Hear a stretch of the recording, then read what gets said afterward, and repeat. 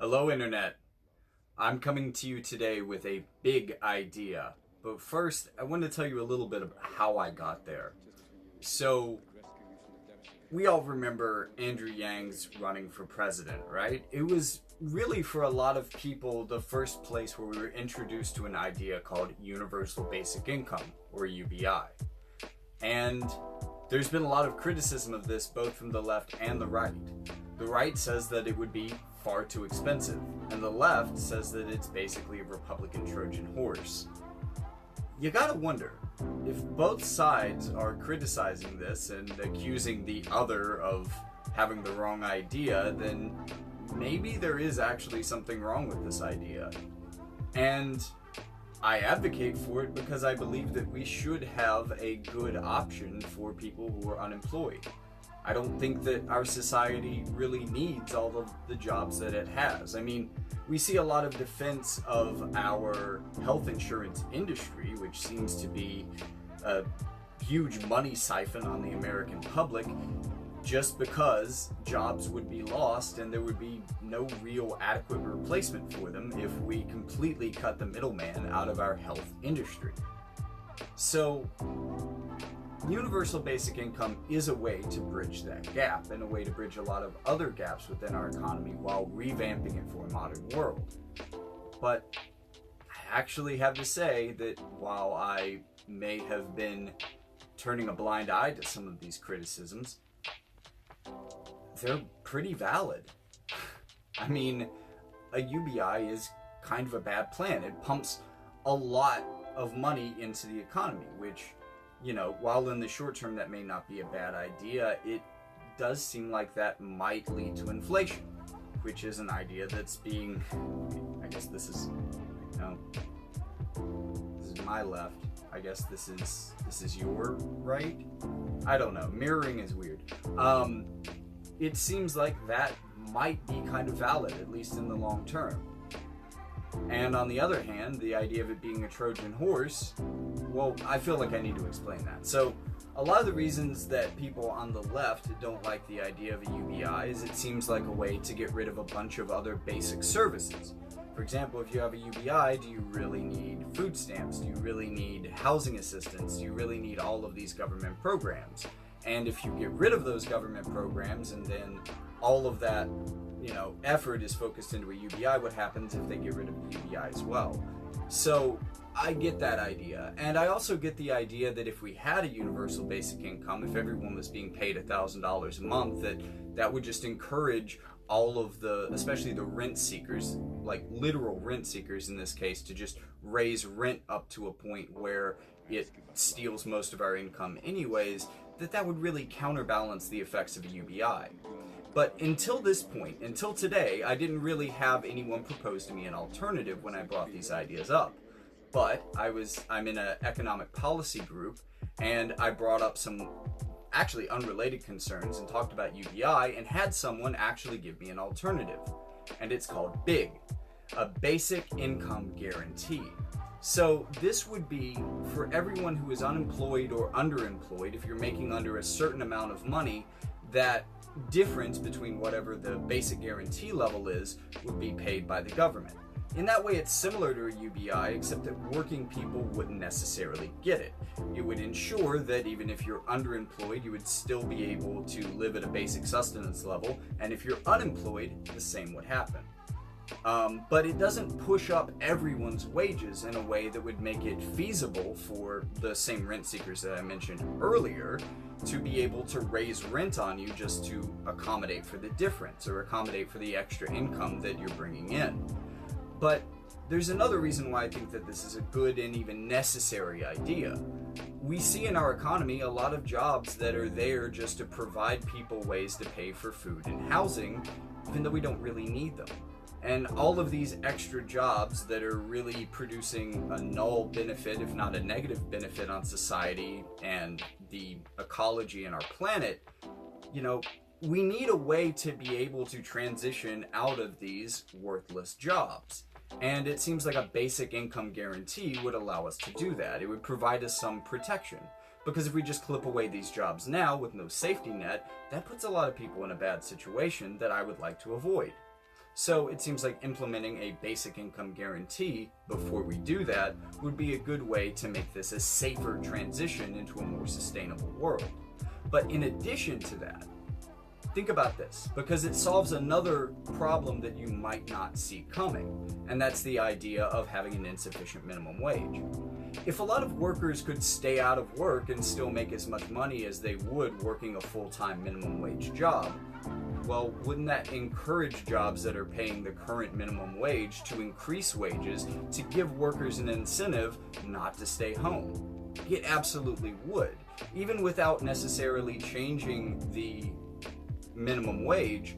This would force employers to change the minimum at which they are willing to pay employees, because they would have to make it worth it to not stay out of work and sit on a basic income guarantee. It would also discourage underemployment. It would also discourage a lot of these jobs that we currently have that pay far too little by treating us as like contract workers instead of real employees, not giving us benefits, like a lot of the app-based service industry jobs that we have now, like Uber and etc. I mean, I'm sure you can think of a bunch of those off the top of your head as well. So what this would do is give us as workers leverage to demand better benefits and better wages from the jobs that we choose to pursue. And it would also give us a viable way to say, if our employers aren't providing us that, okay, I'm just going to stay home, without causing us to have to suffer to make that decision. And personally, as a lefty, as a populist, as a socialist, as an anarchist, I see a lot of value in providing the average worker leverage and power that we do not currently have in a purely capitalist system or even a neoliberal system. And that's why I think that this big idea is something that's really important and that we need to be talking about more, and perhaps in place of the idea of a universal basic income or a UBI.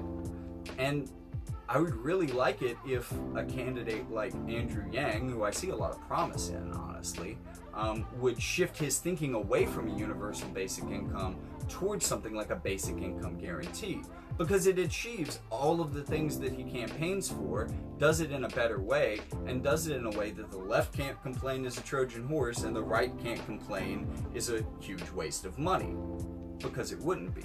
It would be much easier to pay for. You wouldn't have to raise taxes nearly as much. You wouldn't have to cut other programs either, because it could work supplementary to those programs a lot more easily. And I totally agree with him, the idea that, you know, putting actual money in consumers' hands, in unemployed people's hands, and allowing them to choose how to spend it would be preferable to giving them kind of like fixed resources in the way of housing assistance and stuff like SNAP or EBT programs.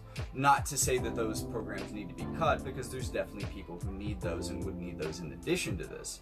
But, I mean, since those programs are means tested anyways, it seems like it would reduce spending in those. I mean, while they would still be there, they would be necessary for less people by virtue of the fact that we have a basic standard of living. But it seems like those could also work in addition to this program as well. So it wouldn't have that whole Trojan horse aspect that we talk about, where those would become completely unnecessary, because in certain places they still would be. This also addresses a certain problem of universal like programs that are applied on a national level, because different places in the country, I mean, think about it this way, each of our states is something that could be considered a country in another place. In that way, we are a unity of 50 different country-sized states. So there's obviously a big variance across like the cost of living in New York compared to in rural America. So there's some places where a person could perfectly well get by on the big. But there are also places like New York where you might need a big in addition to food stamps and housing assistance. So those programs wouldn't go away, they would just be used in a more targeted way in places where the cost of living is so much higher than it is on a flat line.